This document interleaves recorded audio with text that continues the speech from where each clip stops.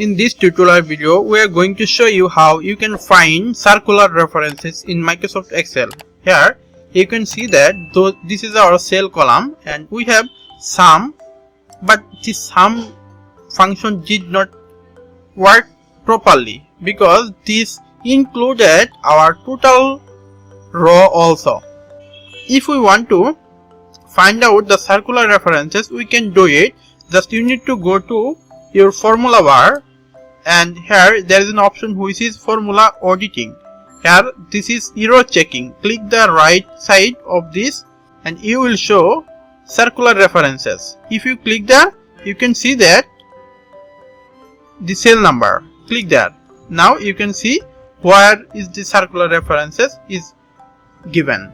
This is how you can easily find out the circular references in Microsoft Excel. Hope that you like this video. Thanks for watching.